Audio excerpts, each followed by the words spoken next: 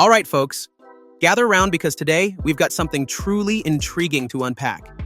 Flau'jae Johnson, a name that's been resonating in the basketball world, has made a move that's sending ripples through the Women's National Basketball Players Association. By choosing to stick to LSU for another year, she's not just making headlines, but seriously strengthening the WNBPA's position in those all-important collective bargaining agreement negotiations. You know, with rising stars like Caitlin Clark and Angel Reese lighting up the court, the league's dynamic is evolving fast. And this decision it kind of sets the stage for future talks about salary boosts and benefits in women's basketball. So if you're here and you love catching the latest, and if you're as hyped about basketball as I think you are, go ahead and hit that subscribe button. We're on this thrilling journey to reach 1,000 subscribers, so join our team and don't miss a moment of the action. All right, continuing on from where we left off, let's dive right into the pressing issue of pay disparities in the WNBA, and boy, is this topic heating up. Seriously, folks, it's like a burning issue right now. So, here's the deal. Women's basketball is, gaining tons of attention.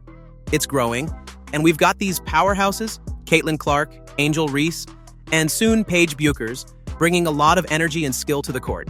But guess what? The paychecks just don't match their talent. Take Caitlin Clark, for instance. Many consider her one of the top most exciting athletes in American sports right now.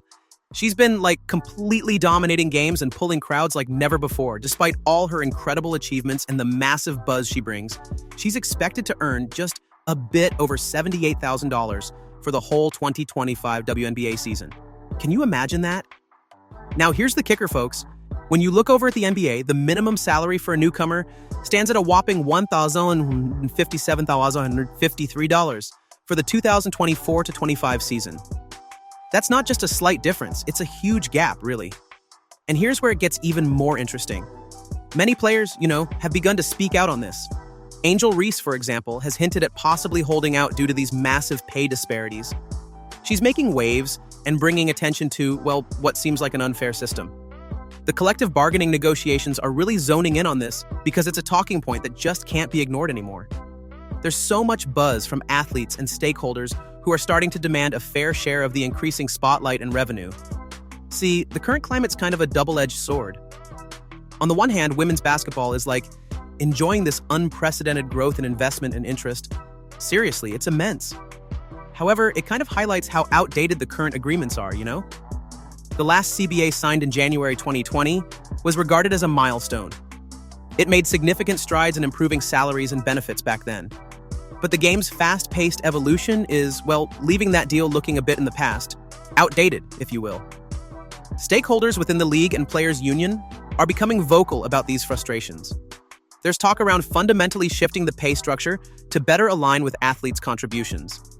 They're pushing for increased salaries and more equitable conditions for players who, let's face it, bring so much to the court every season.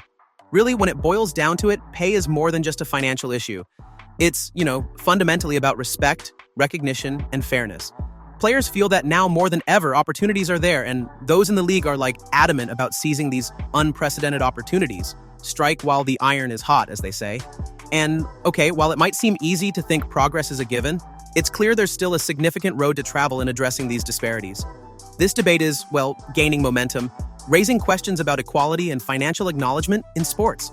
It's about saying, hey, our athletes deserve more than just applause. They deserve compensation that reflects their impact. Stay tuned, everyone. This dialogue isn't just a whisper anymore. It's a roar, and it's shaping up to be a crucial aspect of what will define the WNBA's future. All right, diving deeper into the heart of this discussion, let's talk about the critical issues being tackled in the collective bargaining agreement, or CBA negotiations. Honestly, there's a lot on the table right now, and it's all incredibly significant for the future of the WNBA.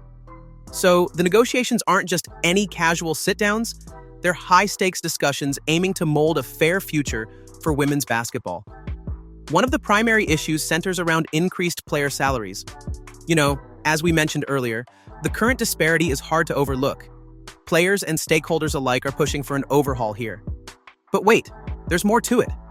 Beyond just salary increases, there's a real drive to improve conditions across the board, including better access to family planning services.